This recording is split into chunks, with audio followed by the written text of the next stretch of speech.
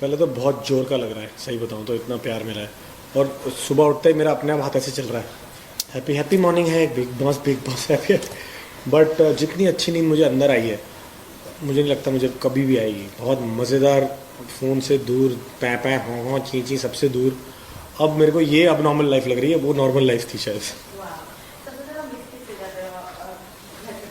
हिंदुस्तान को, पूरा हिंदुस्तान, मैं तो कह रहा हूँ पूरी दुनिया देख रही थी मेरे को 150 कैमरा में। जी ऑफ कोर्स, और उनको मिलने भी वाला हूँ बहुत जल्दी। लेकिन मैं घर को ज़्यादा मिस कर रहा हूँ, बिकॉज वो चीज़ टूटने वाली है। वो कभी कभी नहीं आएगी लाइफ में मेरे वापस। वो ओपन जिम, सामने पूल, कहाँ होता है बॉम्बे में ये सब। जितना मर्जी कमा लूँ लाइफ में, इतना कभी नहीं हो पाएगा। और मेरे को दुनिया देख रही है वर्कआउट करते हुए। So that thing I am missing the most. बाकी ये सब लोग तो आते जाते रहेंगे, ये शिल्पा चुम, ये तो मिलता रहूँगा मैं इनको। अच्छा, सही नहीं उठाई क्या मैंने? लेफ्ट हाथ से, राइट हाथ से उठानी थी।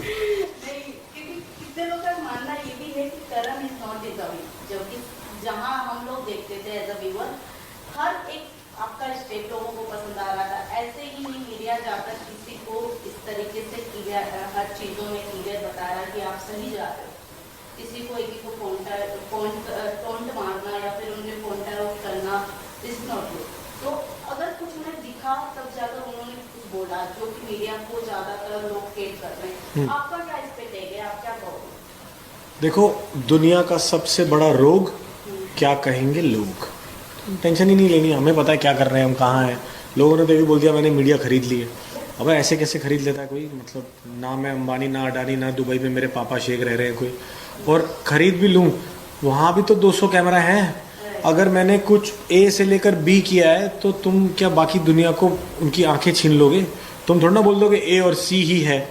भाई करण ने तो वही किया है। तो यही चीज़ थी बस। तो मतलब थोड़ा समझने में लोगों को टाइम लगेगा, जो चीज़ सोच रहे हैं कि ऐसा हुआ है। लेकिन भाई कोई खरीदता नहीं है किसी को। ये मीडिया जनता की आवाज़ है। आप ही हो अपनी आवाज़, अपने क्वेश्चंस लेके अंदर आए थे। जो पूछा गया, जो जैसे जिसने बैट किया, मेरे को भी गलत ठहराया गया, तो उस बात पे मैंने माफ़ी मांग ली। जैसे वो टास्क में मेरे को नौरान का नाम नहीं लेना चाहिए था, तो मैंने बोल दिया हो गई होगी गलती, गुस्से में बता दिया मैंने। अपनी वाली पे आती है तो हो ही जाता है।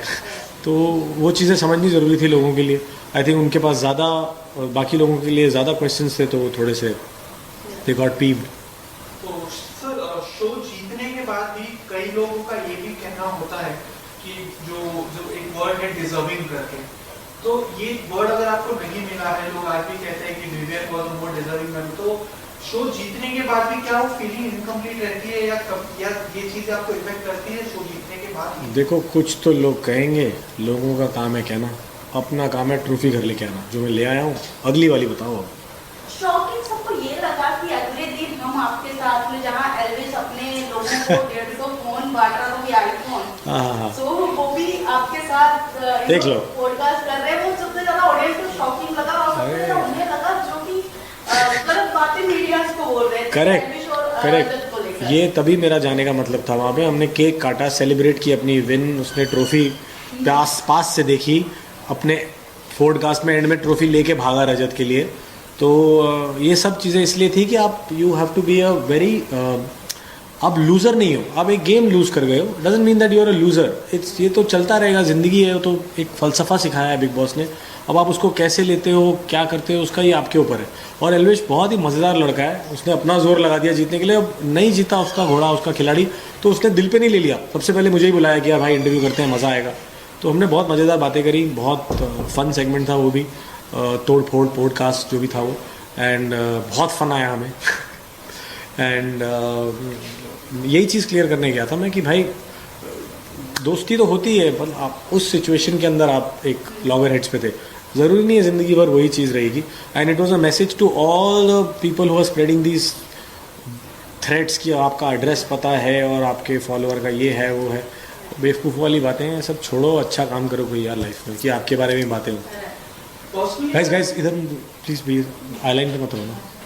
पर्सनली अगर आप जर्नी की बात करें और अगर आप पर्सनली अगर आप अपनी जर्नी को देखते हैं तो क्या आपकी जर्नी में आपको सबसे खास बात क्या कोई रिग्रेट हुआ या सबसे बड़ी अचीवमेंट आपको पर्सनली क्या लगी आपकी बिग बॉस की जर्नी में?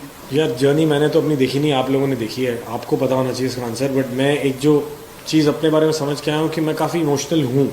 मुझे लगता था कि मैं रोता होता नहीं हूँ। Somewhere I was very surprise जब सनी देओल सर और बॉबी देओल सर रो पड़ते थे ना पापा की बात सुन के, तो आई वाज लाइक ये ऐसे कैसे हो सकता है। और बिग बॉस में जब मैं गया कि मेरे को ये रियलाइज़ हुआ कि मैं भी इस तरह, मेरे को I could relate to the feeling, चाहे वो जो किसी के बारे में हो, दोस्ती पे कुछ हो, मेरी माँ की चिट्ठी हो, किसी का कोई रिलेटिव आया हो, विवियन की बेटी जब आई थी और वो नहीं हिला, ऑल दोज वो मूविंग, बहुत ज़्यादा मूविंग मोमेंट्स थे मेरे लिए। तो मुझे लगा कि गाइस ये मत करो ना पीछे हिलना वाले। तो वो चीज़ मुझे लगी कि यार क्या कहते हैं, somewhere that emotional quotient is there in me. तो I was happy as well as surprised. So sir, खतरों के खिलाड़ी हो गया, बिग बॉस हो गया, what's next in your bucket list? आप बताओ मेरे को तो ट्रॉफी चाहिए, जो हाँ मर्जी फेंक दो, ट्रॉफी लेके आऊँगा अब। Because once you taste success the tongue wants more. Lastly क्या कुछ कहना चाहिए अपने ऑडियंस को, कहाँ अब आपको देखेगी करण मेहरा? यार आप बस प्रेयर करो कि अब मैं दिखता ही रहूँ आपको अच्छी अच्छी जगहों पे। तो बातें चल रही हैं, जैसी कुछ साइन होता है सबसे पहले I let you guys know. Thank you. Thank you so much. हमारा Thank you. वो है, हाँ। माइक- सर अभी